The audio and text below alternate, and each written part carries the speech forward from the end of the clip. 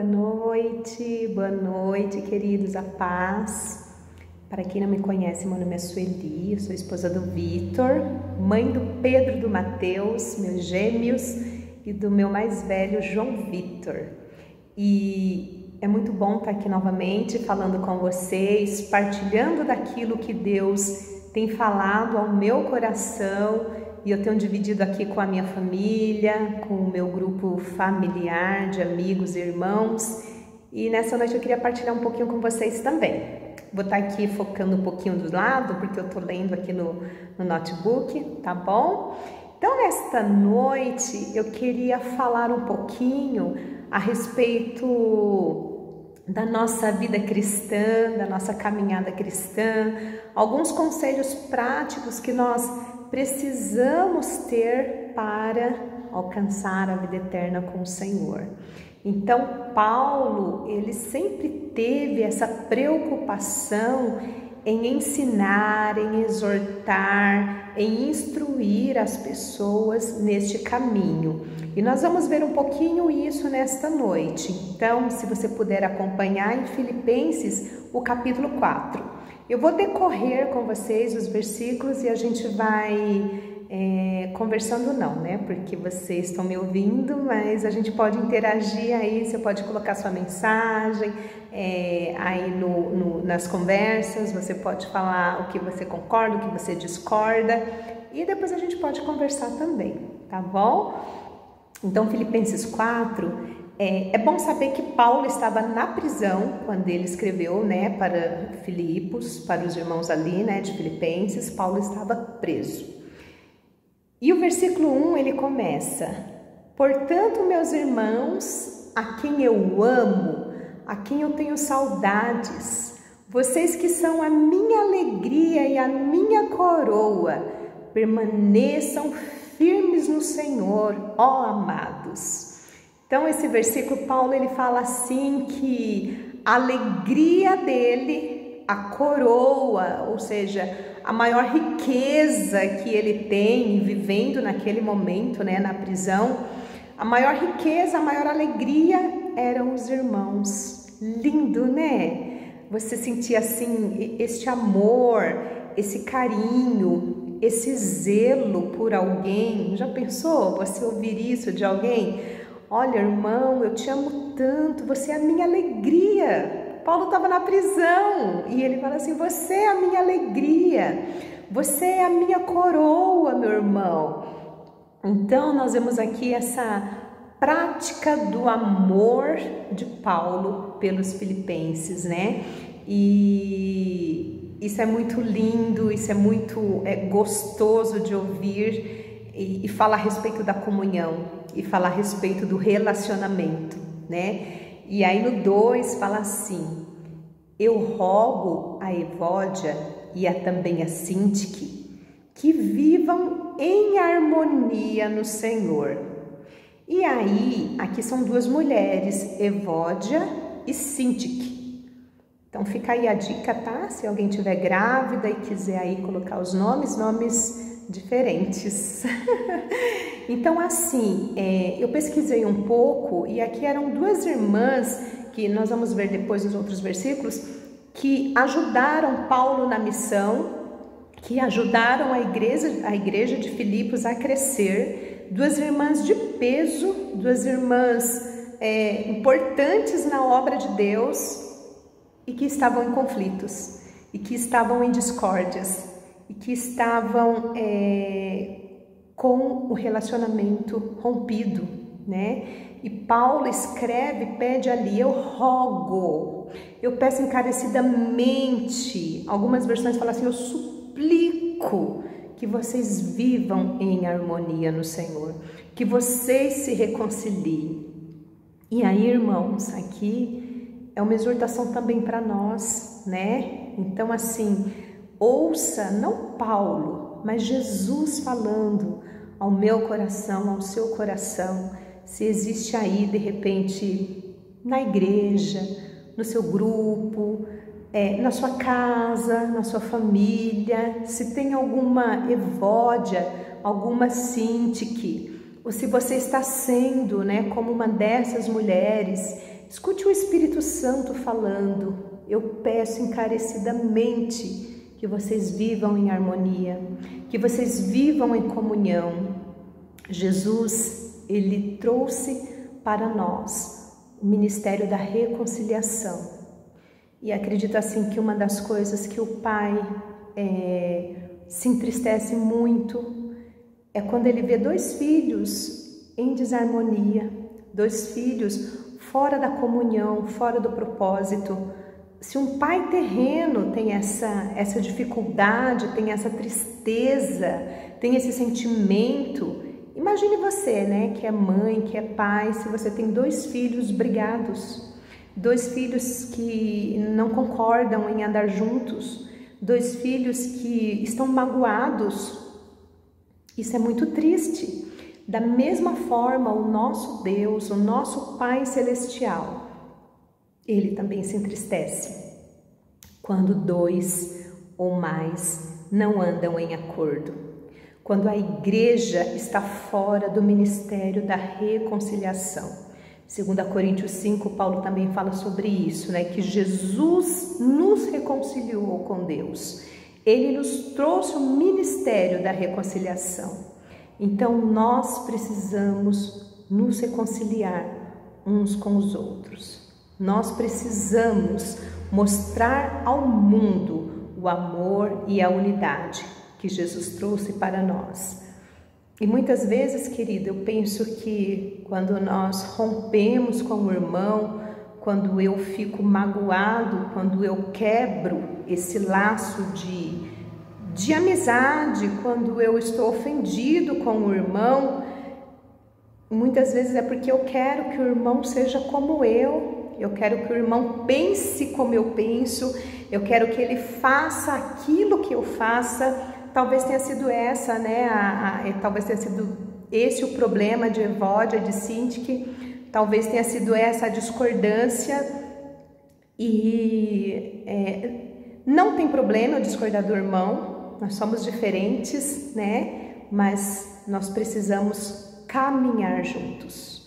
Eu não posso de maneira alguma, amados, deixar de servir o Senhor aqui e servir ao Senhor em outro lugar e sair com o coração magoado e levar um sentimento de mágoa, de falta de perdão, de quebra de aliança. Isso não pode acontecer. Se nós não nos reconciliamos com os nossos irmãos, nós estamos negando o ministério da reconciliação que o próprio Jesus trouxe para nós. Então, eu penso que quando eu não perdoo, que quando eu não ando em harmonia, quando eu não ando em unidade com o irmão, eu estou me sentindo superior a ele. Eu me sinto maior que ele, mais merecedor do que ele, né? Então, muitas vezes eu quero que o irmão seja a minha imagem e a minha semelhança. E não é, amados. Nós somos a imagem e semelhança de Deus. E se nós somos a imagem e semelhança de Deus, nós temos o ministério da reconciliação. E precisamos nos reconciliar uns com os outros. E aqui no 3, né, Paulo ele fala assim: e eu peço a você, leal companheiro de jugo, que ajude essas irmãs, pois lutaram ao meu lado na causa do Evangelho. Ajudem essas irmãs que tanto cooperaram. Os seus nomes estão escritos no livro da vida. Então, queridos, nós também temos o ministério de reconciliar, de ajudar outros irmãos que não conseguem sozinhos, né? Que têm dificuldade aí na comunhão, na falta de perdão, na falta de harmonia, enfim, nós precisamos também ajudar esses irmãos. Chama lá as irmãs, chama lá os irmãos, chama lá, coloca junto. Ô irmãos, vamos tomar um café, né? Junta aí os irmãos e vai tomar um café. E prega para eles sobre o ministério da reconciliação. Se for eu, tá? Você pode me convidar para tomar um café, a gente se reconcilia. Não. Aí no 4, Paulo fala assim, lembrando que Paulo estava na prisão. Alegrem-se sempre no Senhor. Outra vez eu digo, alegrem-se no Senhor. E aí você pensa assim, Paulo estava preso, como que ele podia estar alegre? Como que ele pode estar falando de alegria? Sabe por quê, queridos? Porque a gente tem esse conceito de que alegria é eu ter coisas, alegria é eu conquistar coisas, alegria é eu ter uma saúde perfeita, é eu ter o trabalho dos meus sonhos, é eu ter uma família quadradinha, bonitinha. E alegria não é isso. A alegria que Paulo fala, alegrem-se no Senhor. Jesus é a nossa alegria. Jesus é o motivo da nossa alegria, né? Deve ser assim. João 16, quando Jesus estava prestes a morrer, ele falou assim, olha, vocês vão sofrer, falando para os discípulos, né? Mas depois eu enviarei, né, o Consolador que vos trará alegria, e essa alegria ninguém poderá tirar. Então, essa alegria que Paulo fala é a alegria que a circunstância não pode tirar, que a doença não pode tirar, que o desemprego não pode tirar, que a circunstância não pode tirar, porque é a alegria no Senhor. Amado, só Jesus tem alegria plena, né? Só em Jesus a alegria plena, porque a alegria deste mundo é passageira, né? Então, se nós estamos buscando alegria, que não seja no Senhor, que não seja nas coisas do Senhor, que não seja na nossa bendita esperança, na esperança futura, que essa também deve ser o motivo da nossa alegria, viver todos os dias esperando o retorno do Rei, esperando viver com Jesus. Isso deve encher os nossos corações de alegria. Então, alegrem-se no Senhor. Outra vez digo, alegrem-se no Senhor, porque somente nele está a nossa alegria verdadeira. Versículo 5. Sejam amáveis e que o vosso amor seja conhecidos por todos. Perto está o Senhor. Sejam amáveis. Eu estava pensando assim, queridos, será que no meu trabalho, com os meus vizinhos, na igreja, será que as pessoas me reconhecem como uma pessoa amável, que trata bem as pessoas, né? Sejam amáveis. Você tem sido amável dentro da sua casa, na igreja? Sejam amáveis. Sejam companheiros, sejam amigos, sejam presentes na vida dos irmãos, na vida das pessoas, sejam amáveis, perto está o Senhor. E no 6, o versículo conhecido por todos, né? Não andem ansiosos por coisa alguma, mas em tudo pela oração e súplica e ações de graça, apresente seus pedidos a Deus. Não andem ansiosos por coisa alguma. Por que a gente anda ansioso? Por que a gente anda preocupado? Se nós temos um Pai, para de se preocupar, você tem um Pai que cuida de tudo. Para de se preocupar, de andar ansioso. Nós temos um Deus que supre todas as nossas necessidades. Nós temos um Pai que cuida de tudo. E Paulo, ele fala assim, ele já dá logo a receita, né, para as nossas ansiedades, para as nossas preocupações. Qual que é a receita? Oração. Sabe aquele ditado, tá estressado, vai pescar? Tá ansioso, vai orar. Seja as vossas orações e as vossas súplicas e com ações de graça, não andem ansiosos, né? Então, quando eu senti ansiedade no meu coração, quando eu senti preocupação, quando eu ouvi esses dias que a ansiedade, ela é o excesso do eu. Eu estou ansiosa porque eu penso muito em mim. Eu estou ansiosa porque eu me preocupo muito comigo mesma. Eu estou ansiosa porque eu quero tudo do meu jeito. Então, ansiedade é o excesso de mim mesma. Então, eu preciso orar. Eu preciso colocar as minhas necessidades diante do Senhor, com súplicas e com ação de graça. Uma coisa legal que eu ouvi, né, quando eu estiver ansiosa, eu preciso estar diante do Senhor com oração, súplica e ação de graça. Aí eu queria falar um pouquinho sobre a ação de graça, né? Então, quando nós falamos, e é verdade, a ação de graça é gratidão, louvor, adoração ao Senhor, mas ação de graça. Então, faça uma ação de graça, sem cobrar nada. Faça um favor para alguém. Isso vai ajudar muito no processo de cura da ansiedade, de cura das preocupações. Então, pare de pensar em você e pensa no outro. Vai fazer algo pelo outro. Faça uma ação de graça pelo outro. Faça o bem para o outro, sem esperar nada em troca, né? Então, eu preciso fazer isso, fazer uma ação de graça pelo outro. Amém? O 7 diz assim, esse versículo é o versículo do Vitor, na maioria das orações ele usa esse versículo, e aqui em casa os meninos sabem, eu sei, né, é o versículo preferido dele. A paz de Deus, que excede todo entendimento, guardará os vossos corações e as vossas mentes em Cristo Jesus. Quando eu tiver essa atitude de me colocar em oração, de súplica, de ação de graça, a paz de Deus vai encher o meu entendimento, né? Quando eu me colocar diante do Senhor, a paz dele encherá o meu entendimento e guardará o meu coração e a minha mente no Senhor.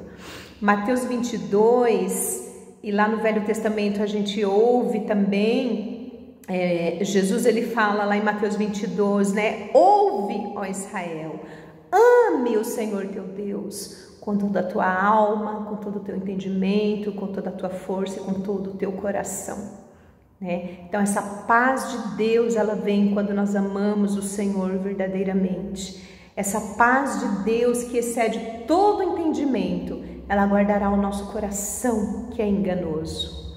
Ela guardará a nossa mente que mente. Eu vi esses dias, né, que a nossa mente mente. Os nossos pensamentos são enganosos muitas vezes, né? Assim como o nosso coração. Então nós precisamos pedir para que a paz de Deus guarde o nosso coração, o nosso entendimento e a nossa mente em Cristo Jesus. No 8. Finalmente, irmãos, tudo que for verdadeiro, tudo que for santo, tudo que for nobre, correto, puro, tudo que for amável, tudo que for de boa fama, se houver louvor nisso, pensem nessas coisas. Então, o nosso pensamento, a nossa mente que mente, as nossas preocupações, elas devem ser baseadas nessas coisas puras, santas e amáveis, de boa fama. Então, eu gostaria de perguntar para você nessa noite, a sua preocupação, a sua mente, o que está ocupando nesse momento a sua mente? Pensa aí em alguma preocupação, algo que está ocupando a sua mente, talvez algo que esteja até tirando o seu sono, tirando a sua fome, tirando a sua paz, né? Pensa nisso. Isso é correto? Isso é de boa fama? Isso é amável? Isso é digno de louvor? Se for, então você pode continuar, tá? Então, amados, nós devemos, Paulo nos ensina aqui, pensem nessas coisas, tragam à memória aquilo que te dá esperança, enche o seu coração, a sua mente com essas coisas puras, santas, honestas, amáveis, de boa fama. Amém? Vamos lá para o 9? Tudo que vocês aprenderam e receberam e ouviram em mim, ponham em prática, e o Deus da paz estará com você. Tudo que vocês aprenderam de mim, ponham em prática. Então agora eu queria fazer uma pergunta para mim e para você, né? Quando Paulo ele fala assim, ó, tudo que vocês ouviram de mim, ponham em prática, porque eu sou o exemplo. Vocês podem fazer o que eu estou falando, né? Então, será que as pessoas que nos ouvem, será que as pessoas que andam conosco, será que as pessoas que convivem conosco, elas podem confiar no que nós falamos? Será que elas podem falar assim, não, a Sueli me instruiu dessa forma, eu confio. Não, eu ouvi o irmão ministrando, eu confio. Não, aquela pessoa anda comigo, eu confio. Eu posso confiar na palavra dela. Eu posso acreditar naquilo que ela está pregando, naquilo que ela vive. E agora eu queria fazer outra pergunta, amados, né? Ali Paulo estava falando, é como não os filipenses seguiam a Paulo, seguiam os seus conselhos. E eu queria fazer uma pergunta para você. Quem você tem seguido? Quem você tem ouvido? Quem tem te instruído nesses dias? E uma pergunta agora acredito que mais dura. Quem os seus filhos têm seguido? Quem os seus filhos têm acompanhado? Em quem os seus filhos têm buscado conselhos? É uma pergunta para nós refletirmos juntos. O 10. Lembrando que Paulo estava preso. Alegro-me grandemente no Senhor, porque finalmente vocês renovaram o seu interesse por mim. De fato, vocês já se interessavam, mas não tinham oportunidade de demonstrar. Aqui, né, nós vemos nas cartas anteriores e vemos também futuramente que Paulo está falando isso porque ele recebeu oferta, né, dos filipenses. Não estou dizendo isso porque esteja necessitado, pois aprendi a adaptar-me em toda e qualquer circunstância. Eu sei passar necessidade e eu sei ter fartura. Eu aprendi o segredo de viver contente em toda e qualquer situação, seja bem alimentado, seja com fome, tendo muito ou passando necessidade. Tudo posso naquele que me fortalece. Quem nunca ouviu esse versículo? Quem nunca viu estampado em algum lugar? Tudo posso naquele que me fortalece. Mas Paulo aqui, ele estava falando que ele pode passar necessidade, porque Jesus fortalecia ele. Ele podia estar ali sofrendo na cadeia, mas ele se alegrava, porque tudo ele podia naquele que o fortalecia. Então, queridos, quando eu pego esse versículo, tudo posso naquele que me fortalece, eu acho que esse é um dos versículos mais mal usado no meio cristão, né? Porque ele fala a respeito de vitória, você pode, você consegue, tudo posso naquele que me fortalece. E Paulo não está falando sobre isso, não é sobre isso. Eu posso ficar doente, eu posso sofrer, mas eu tudo posso, eu tenho alegria, porque a minha alegria no Senhor, Ele me fortalece. Eu posso perder alguém, da minha família, do meio da comunhão, eu posso perder alguém, mas tudo posso naquele que me fortalece.